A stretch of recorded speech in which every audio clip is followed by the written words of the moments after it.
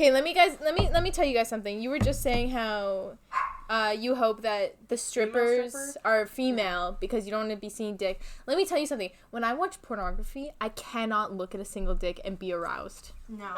I cannot. Accurate. It's not within my Dicks soul. Are gross looking. But yet you're dating a guy. No, yeah, I would. Did you fuck him? Yes. How was that?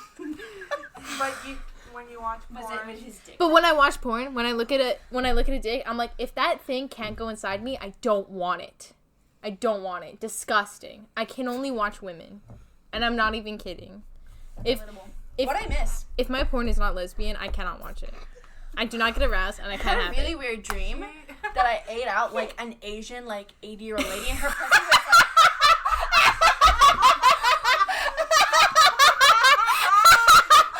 Her pussy was like this big.